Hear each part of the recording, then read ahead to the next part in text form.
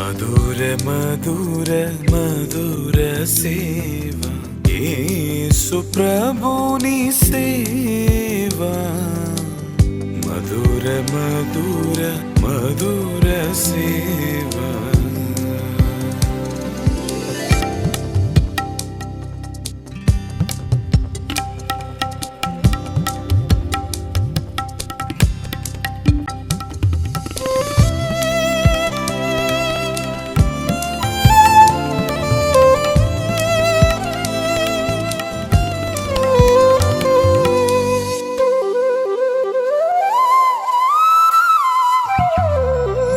ప్రభుని పేర ప్రజల ఎదుట ప్రవచనాల సేవ ప్రభుని పేర ప్రజల ఎదుట ప్రవచనాల సేవ ప్రజల పేర ప్రభుని ఎదుట ప్రజల పేర ప్రభుని ఎదుట ప్రార్థనలు వచించు సేవ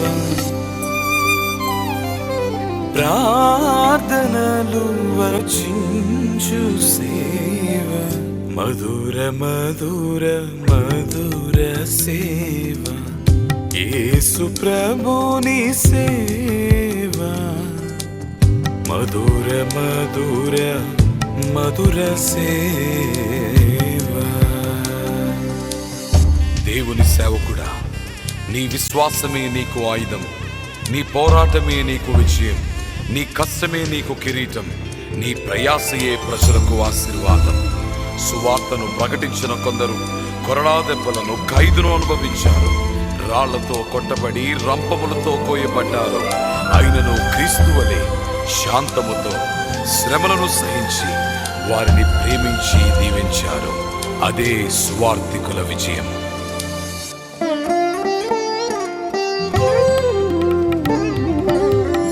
లోక జ్ఞాని అపహసించు శోకమూర్తి సేవ లోక జ్ఞాని అపహసించు శోకమూర్తి సేవ లోకులను దీవించు సేవ లోకులను దీవించు సేవ లోకమును జయించు సేవ లోకమును జయించు సేవ మధుర మధుర మధుర సేవ యేసు ప్రభుని సేవ మధుర మధుర మధుర సేవ.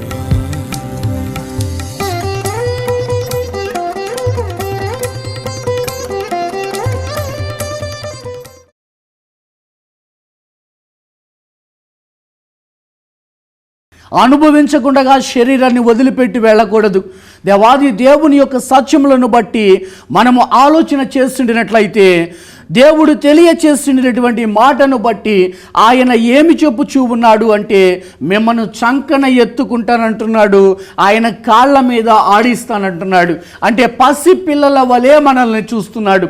సమాధానము కలిగిన వారు దేవుని రాజ్యములోనికి ఎలాగున ప్రవేశించుచూ ఉన్నారు అంటే పిల్లల వలె. కనుక దేవుని యందు ప్రియులారా, లోకములో బ్రతుకుచున్నటువంటి మనము ఈ సమాధానమును నదిగా ఎంచుకొనవలసినటువంటి వారము. నది వలె సమాధానము మనలో ఉంచవలసి ఉన్నది. కనుకనే లోకములో బ్రతుకుచున్నటువంటి ప్రతి వారికి దేవుడు చెప్పినటువంటి మాట ఏమిటి అంటే, యెషయా గ్రంథము 26వ అధ్యాయము 3వ వచనమును జ్ఞాపకం చేసుకుందాము.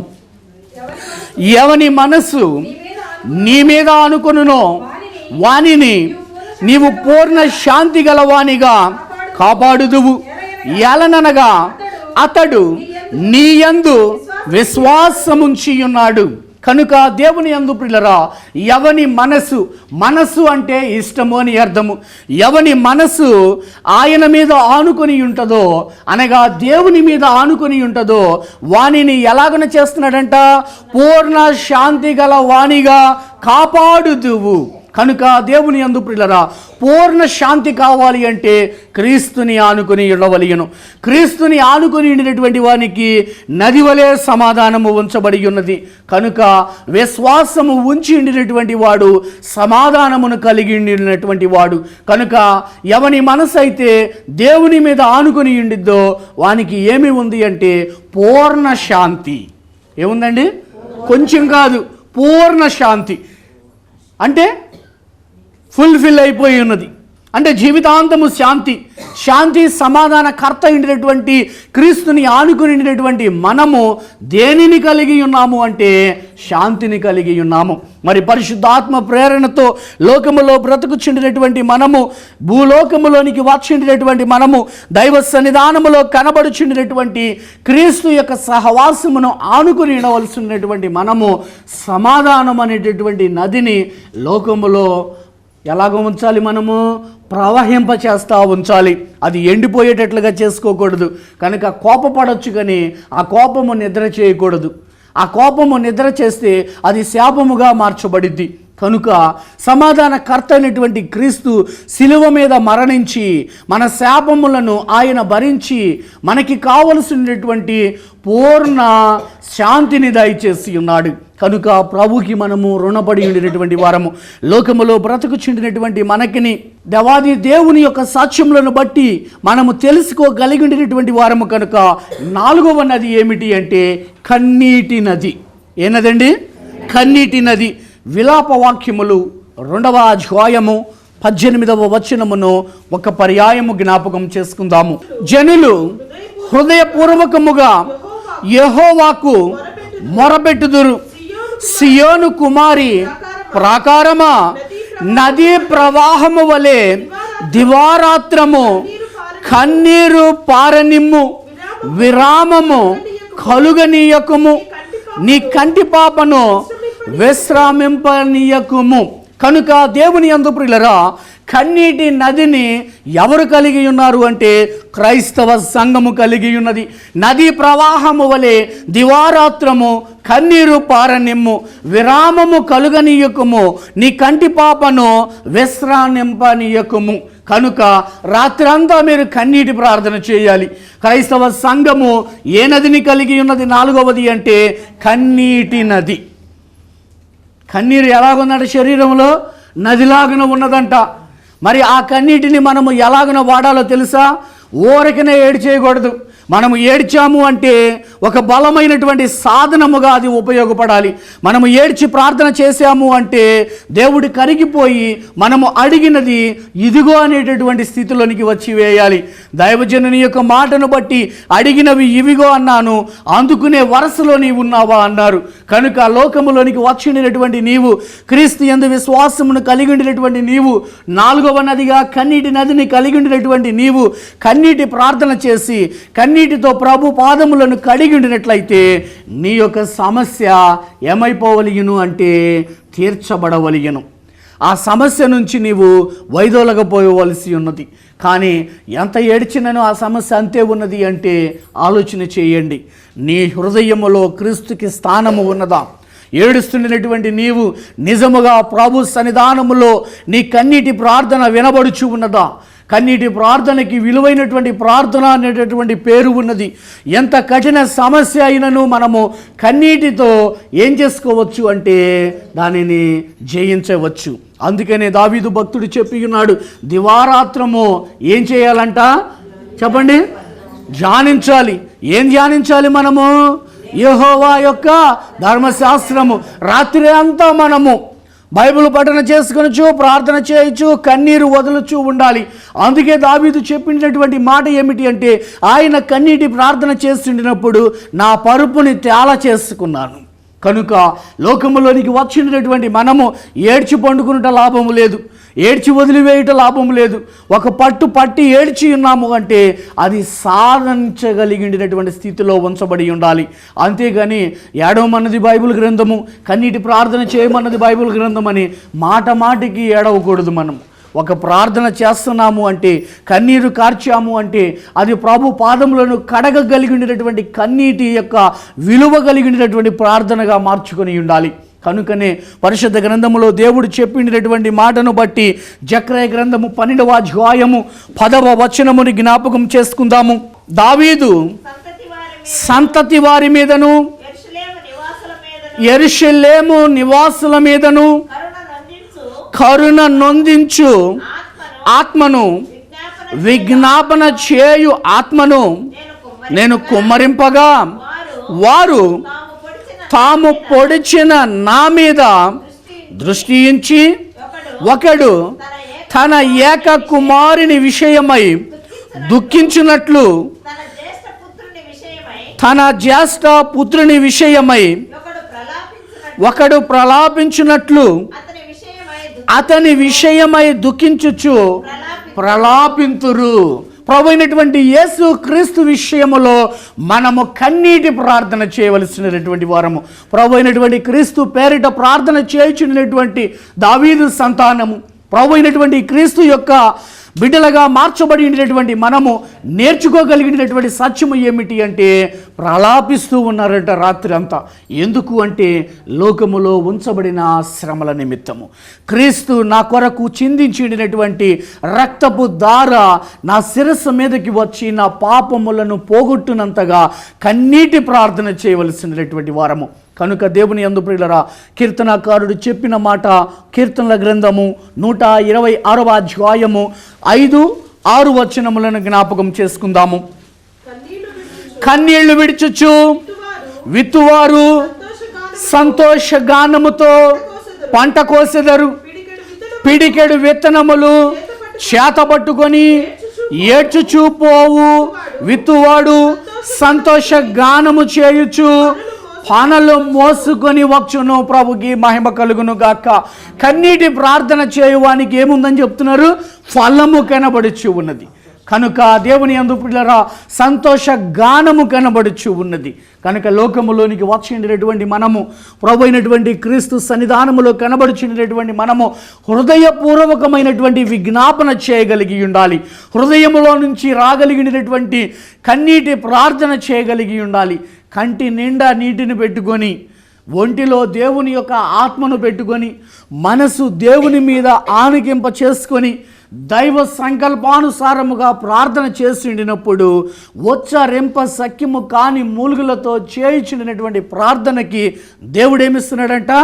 గొప్ప ఫలమునిచ్చుచున్నాడు. ప్రతి ఫలమును దయచేయచ్చు ఉన్నాడు. దేవాది దేవుని యొక్క సత్యములను బట్టి ఆలోచన చేస్తున్నట్లయితే ఇహ 5వది ఏమిటి అంటే జ్ఞానపు నది. ఏ నదండి? జ్ఞానపు నది. సామెతల గ్రంథము 18వ అధ్యాయము 4వ వచనము. మనుష్యుని నోటి మాటలు లోతు నీటి వంటివి, అది నదీ ప్రవాహము వంటి జ్ఞానపు ఓట వంటిది. ప్రభుకి మహిమ కలుగును గాక. 5వ నది మానవ దేహంలో ఏది పెట్టాడు? జ్ఞానపు నది. ఆ జ్ఞానపు నది ఎలాగన ఉన్నదంట? ఓటవలే ఉన్నది. నదీ ప్రవాహము ఓటవలే ఉన్నది. కనుక యెహోవా యందు భయభక్తులు కలిగి ఉండుట జ్ఞానమునకు మూలము. మరి భయము అనగా ఏంటి చెప్పండి? మందిరానికి రావటము. భక్తి అనగా మోకరించి ప్రార్థన చేయటము. ఈ రెండు కలిగిన వానికి ఏమి ఉంది అంటే జ్ఞానము ఉంది. జ్ఞానము ఏ రీతిగా ఉంచబడి ఉన్నది అంటే కొంచెం ఉందా, ఎక్కువ ఉందా అంటే పరిశుద్ధ గ్రంథములో జ్ఞాని అయిన సొలొమోను చెప్పుచున్నాడు, నది వలె జ్ఞానాన్ని శరీరంలో పెట్టానని. ఎంత పెట్టాడంట? కొలతేయగలమా నదిని?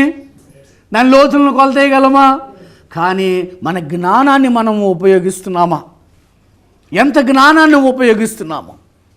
నదిలాగిన జ్ఞానాన్ని శరీరంలో పెట్టాడు దేవుడు. కానీ మనము ఎంత ఉపయోగించుకొని ఉన్నాము? ఎంత జ్ఞానాన్ని, పరిపూర్ణమైన జ్ఞానాన్ని కలిగింప చేసుకుని ఉన్నాము, ఎంత దేవునికి ఇష్టముగా బ్రతుకుచూ ఉన్నాము. దేవునికి ఇష్టమయ్యుండిగా బ్రతికి ఉండినటువంటి వానికి జ్ఞానము పెచ్చుగానే ఉండిద్ది.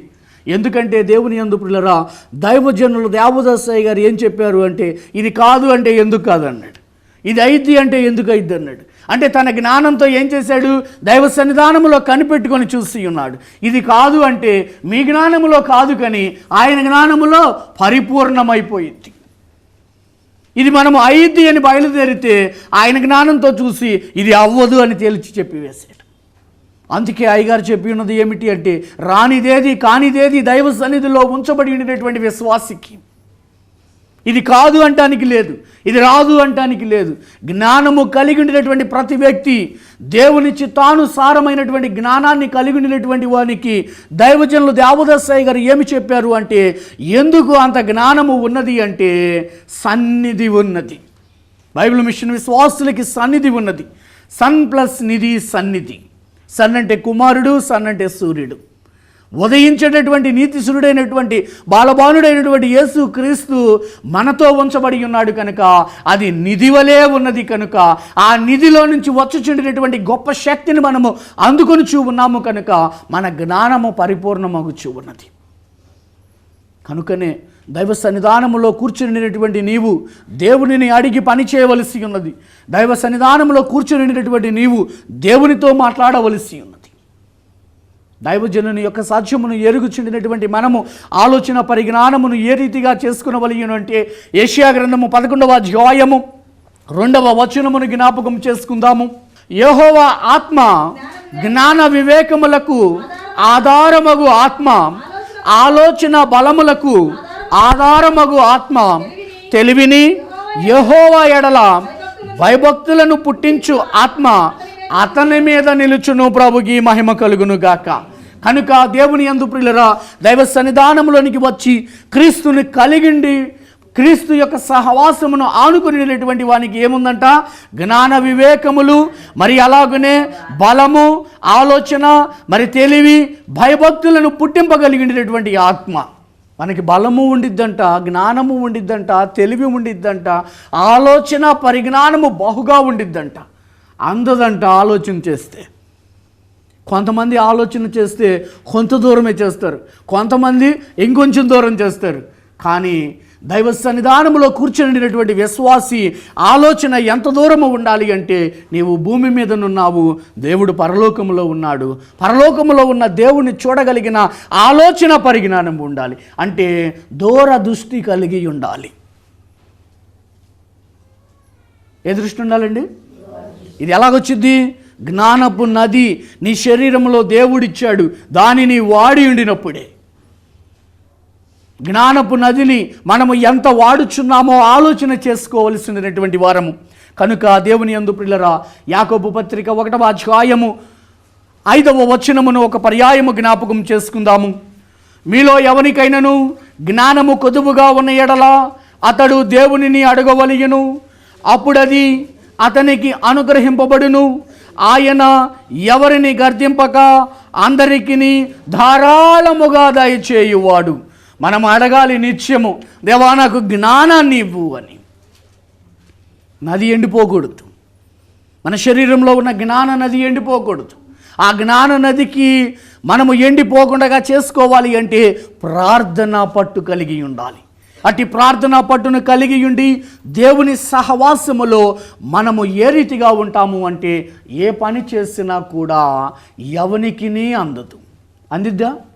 అందదు. అందుకే దైవజనులు దేవదాసయ్య గారు చెప్పారు, ఒక పని మనం ప్రారంభిస్తున్నాము అంటే అది ఎప్పటికి పూర్తయిద్ది అంటే కొద్ది రోజుల్లో. ఎప్పటికి పూర్తయిద్ది? కొద్ది రోజుల్లో. రేపు అయిపోద్దని చెప్పామా, ఎల్లుండి అయిపోద్దని చెబుతున్నామా, ఎప్పుడు అయిపోద్ది అంటే అది కొద్ది రోజుల్లో. దానికి అంతం ఉందా? అంతం కనపడిందా మీకు? కనపడలా. అందుకే అయ్యగారు చెప్పిండినటువంటి మాట ఏమిటి అంటే, జ్ఞానము కలిగి ఉండినటువంటి ప్రతివాడు, దైవ సన్నిధి అనుభవమును కలిగి ఉండినటువంటి ప్రతివాడు, దేవునితో సహవాసమును కలిగి ఉండినటువంటి ప్రతివాడు పని మీద లక్ష్యమును పెట్టుకుని ఉండినప్పుడు దైవ సన్నిధానములో ఉంచబడి ఉండినటువంటి వానికి ఏమిస్తున్నాడు దేవుడు అంటే జ్ఞానాన్ని ఇస్తున్నాడు.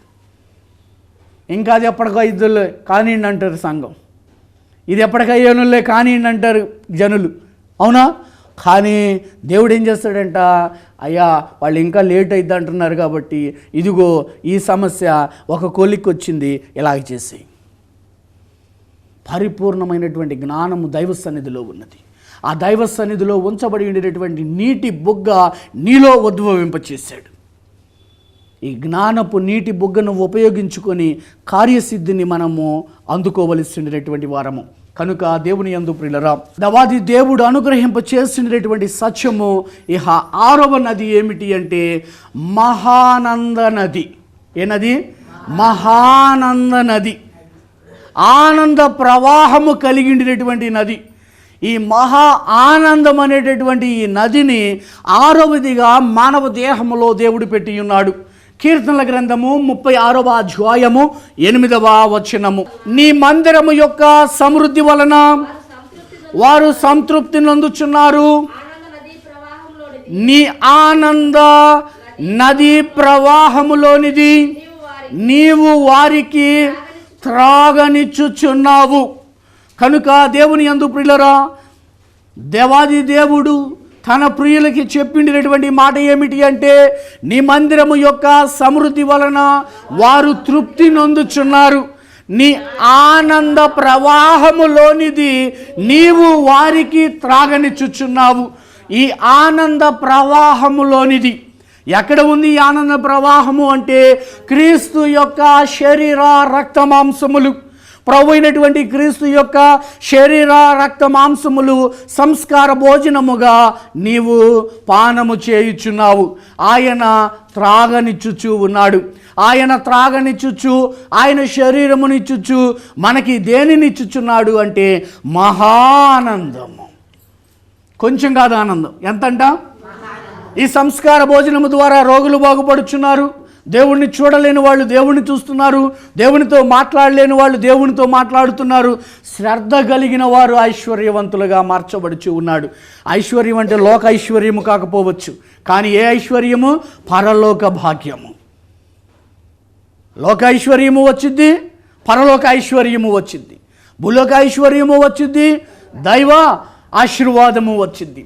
కనుక లోకములో బ్రతుకుచుండినటువంటి మనము మహా ఆనందమైనటువంటి స్థితిలో ఉండాలి అంటే సంస్కార భోజనము ద్వారా మాత్రమే సాధ్యపడను.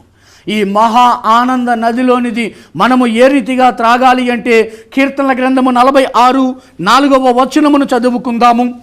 ఒక నది కలదు, దాని కాలువలు దేవుని పట్టణమునకు సర్వోన్నతుని మందిరపు పరిశుద్ధ స్థలమును సంతోషపరచుచున్నవి. ప్రభుకి మహిమ కలుగును గాక. దాని కాలువలు దేవుని పట్టణమును సర్వోన్నతుని మందిరపు పరిశుద్ధ స్థలమును సంతోషపరచుచున్నవి. నీలో నుంచి వచ్చిండినటువంటి ఒక ఊట, జీవ నది పరలోకము నుంచి భూలోకములోనికి మానవ దేహములోనికి వచ్చి ఉండినటువంటి ఒక ఊట, ఒక కాలువ. ఆ కాలువ ఆయన్ని సంతోషపరచుచు ఉన్నదంట, మహానందాన్ని కలిగింప చేయుచు ఉన్నదంట. అంటే క్రీస్తు యేసునందు విశ్వాసము కలిగినటువంటి నీవు, లోకములో ఘనమైనటువంటి స్థితిని అందుకునేటటువంటి నీవు మందిరములోనికి రాగా దేవుడు భూజనుల ఎదుట సంతోషపడుచు ఉన్నాడు, దూతల ఎదుట సంతోషపడుచు ఉన్నాడు, ఆత్మ సంచార వరము కలిగిన ఋషుల ఎదుట సంతోషపడుచున్నాడు, ఆయన మనుషుల ఎదుట కూడా సంతోషపడుచు ఉన్నాడు. ఎందుకంటే ఇదిగో ఈ నా కుమారుడు, ఈ నా కుమార్తె నన్ను భూలోకములో గణపరిచి ఉన్నారు. కనుక దేవుని యందు ప్రియులరా, మనము సంస్కార భోజనమును ఏ రీతిగా తీసుకోవాలి అంటే ఆనందముతో తీసుకోవాలి. చాలామంది సంస్కార భోజనమునకు దూరంగా బ్రతుకుచూ ఉంటారు. సంస్కార భోజనము ద్వారా శరీరానికి ఏమి వస్తుంది అంటే జీవము కలుగుచూ ఉన్నది, ఆత్మకి జీవము కలుగుచూ ఉన్నది, శరీరానికి తేజస్సు కలుగుచూ ఉన్నది. కానీ పని పాటలలో, లోక పని పాటలలో పనిపోయి సంస్కార భోజనమునకు దూరముగా ఉండి శరీరాన్ని ఎండబెట్టుకొని ఆత్మని జ్ఞానహీనతగా చేసుకుని ఉన్నాము. సంస్కార భోజనమును భుజించటానికి పరుగు పరుగున రమ్మన్నారు దైవజనులు దేవదాసయ్య గారు.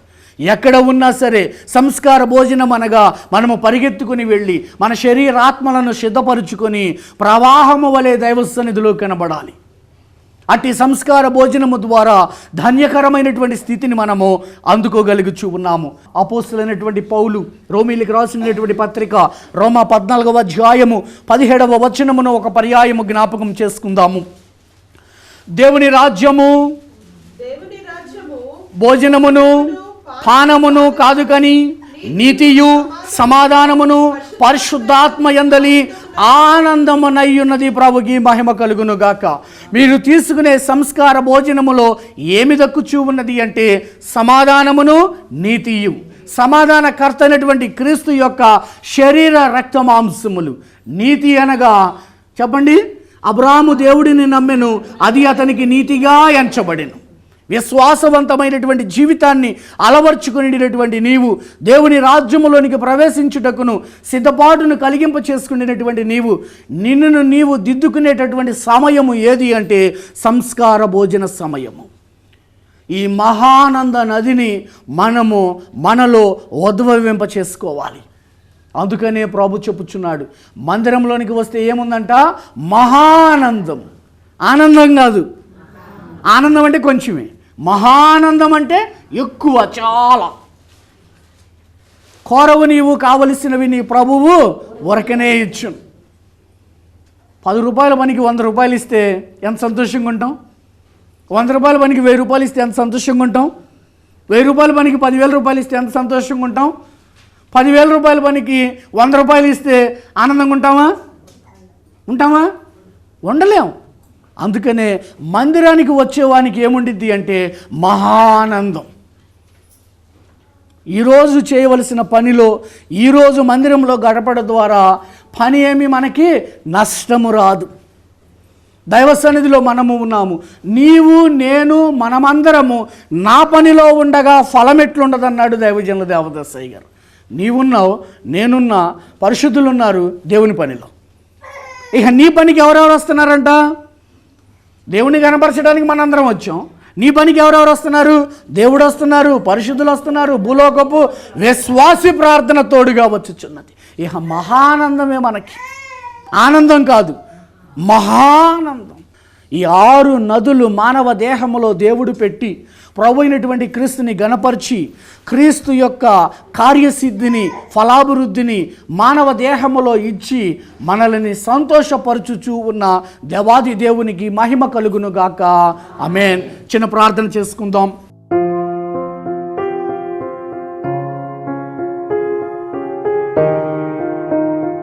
మహాపరిశుద్ధుడా, సర్వోన్నతుడా యేసుక్రీస్తు ప్రభువా, అయా నా తండ్రి, జీవ జల బుగ్గలను మానవ దేహములో పెట్టి 6 నదులను ఉద్భవింపచేసి 6 నదుల ద్వారా అయా నా తండ్రి నీవు సంతోషపరచుచు భూలోకములో మేము నిన్ను గణపరచుట ద్వారా దీవెన ఆశీర్వాదములను మా శిరస్సుల మీద కుమ్మరింపచేసి ఫలాభివృద్ధిని, కార్యాభివృద్ధిని, భూలోకములో కావలసినటువంటి సమస్త విషయములలోని కృప ఆశీర్వాదములను దయచేయమని త్వరగా రానేయున్న యేసుక్రీస్తు నామమున వేడుకొనుచున్నాము పరమ తండ్రి. ఆమేన్. మరణాత మరణాత మరణాత.